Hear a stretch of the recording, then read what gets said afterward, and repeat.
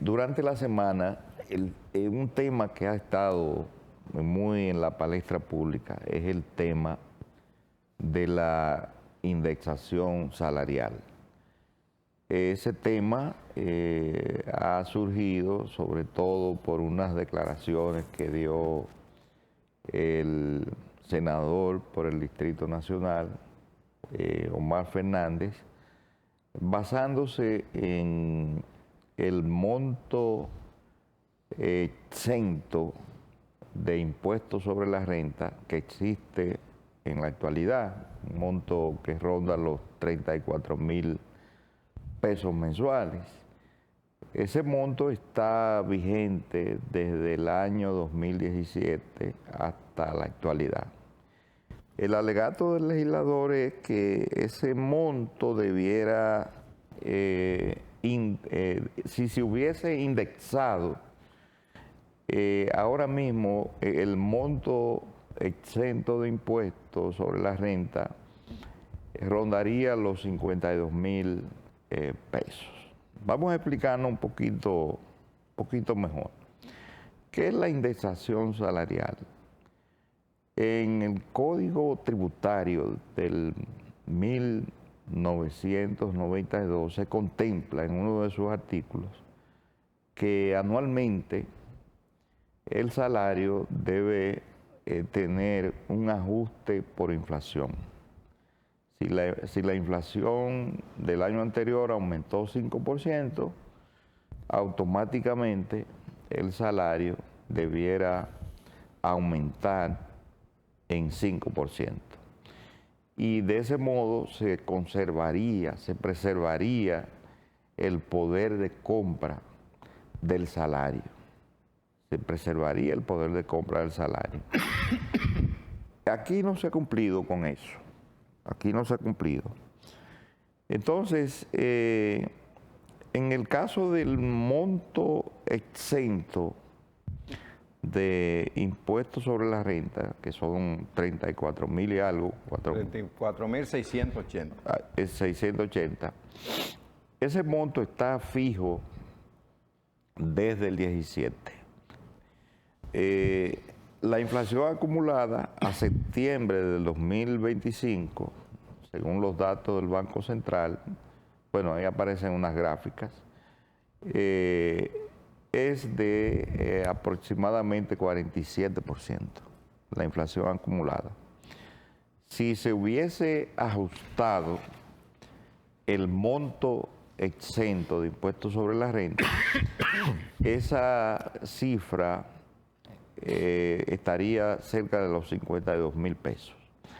Quiere decir que todo el que gane actualmente de 52,000 pesos hacia abajo no pagaría un solo centavo y de los que impuestos ganan sobre la sobre renta. 52,000 no tendrían eso algún efecto también, los que ganan sobre 52,000. No, porque se aplica, de ahí hacia arriba se aplicaría igual, o sea, se le aplicaría a la parte, los abogados dicen alícuota, ustedes le dicen así. Entonces, lo que yo quiero decir es que si se comienza a aplicar a partir de los 52,000, ¿verdad?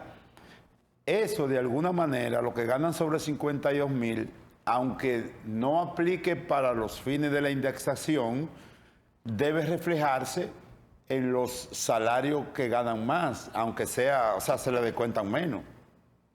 En la práctica. Así es, o sea, tú lo que quieres decir es que como no están siendo exentos, exactamente, esa gente ahora mismo está pagando mucho más de lo que pagaría. Correctamente. Eso es lo que tú quieres decir. Exactamente. Y es exactamente así. Es exactamente así. Ya. Entonces, si se hiciera la indexación, eso equivaldría a un aumento salarial a ese tramo que está entre los 34 y los 52,000. Y eso aumentaría el poder de compra del ingreso de la población. Eso no impacta en la estabilidad de los precios, no impactaría. Impactaría, pero lo importante es que la gente tendría mayor poder de compra cada mes. Sí, hay que señalar que las exenciones impositivas, que son sacrificios fiscales del gobierno, ¿verdad? Se han otorgado, que la gente lo conoce como incentivos, ¿no? Se han otorgado a los grandes empresarios del país fundamentalmente. El llamado gasto fiscal. Sí, y particularmente en el sector turismo y zona franca. En la reforma fiscal que sometió el gobierno, implicaba una reducción de algunos de esos incentivos. Dicen que esa fue, por eso hubo tanto rechazo a la reforma fiscal. Yo he venido abogando porque le llamemos pacto fiscal, que es una especie de concertación. A nadie le gusta que le pongan impuestos, pero la estabilidad macroeconómica tiene una importancia fundamental para un país. Es decir, si se desajusta la economía, vienen los problemas. Ya hemos tenido la experiencia de lo que fue el desajuste que hubo con la crisis bancaria, ¿no? En el 2003. Entonces, es necesario mantener la estabilidad macroeconómica y para eso se necesitan más ingresos públicos. El gobierno necesita más dinero, eso le permite tener mayor flexibilidad en el manejo de la economía. Y endeudarse menos. Exactamente. Entonces, un pacto fiscal, esa medida, hace tiempo que debió haberse hecho eso, porque en la práctica, por ejemplo, los jubilados no tienen descuento de impuestos sobre la renta, ¿verdad?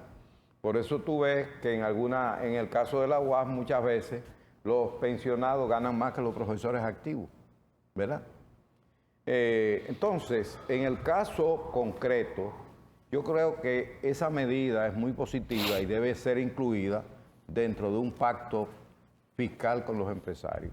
Es decir, en el sentido, vamos a reducir, si le hemos estado dando, el gobierno ha tenido muchos sacrificios fiscales con los grandes empresarios, ¿por qué no tenerlo con la gente más pobre del país?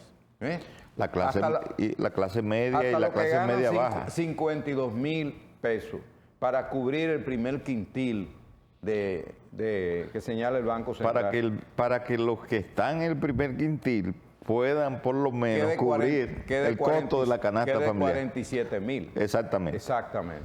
Y además, que como tú muy bien has señalado, si usted incrementa su poder de compra, más consumo, el gobierno también recibe ingresos por la vía de los impuestos al consumo. ¿Cuál? El ITEVI fundamentalmente. El ITEVI, por ejemplo, sí. De manera que yo creo que eso podría incluirse dentro de un pacto fiscal, no como una medida unilateral, Agustín, porque evidentemente eso significa que el gobierno tiene que destinar, ¿cuánto? 11,000 millones de pesos dejaría de percibir, al año. Dejaría de percibir 11,000 millones. No es una gran cifra, pero eso lo podemos conseguir por otra vía, ¿verdad? Reduciéndole los incentivos a los más ricos de este país. ¿Tú no crees? Así mismo.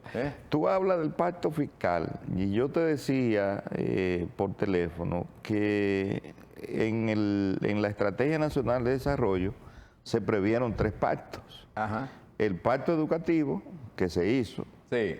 El pacto eléctrico, que también se hizo. Sí. Se llegó a ese acuerdo, pero no se ha llegado al pacto fiscal.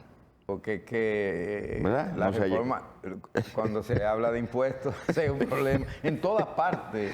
Oye, recuérdate en la conferencia que dio Magín Díaz, donde dijo que las reformas fiscales han fracasado en casi todos los países de América Latina. Mencionó varios países. Él habló como 9 de América Latina. Entonces, que ha fracasado. Cuando se va a hacer una reforma fiscal, tiene que ser en base a la concertación, por eso el término pacto fiscal, para que el anterior, el presidente tuvo que retirarlo precisamente porque no logró el más mínimo consenso en su ejecución. Bueno, señores, Radamés García, Luis Felipe, Agustín González, tuvimos el placer de compartir con ustedes. Hasta el próximo domingo.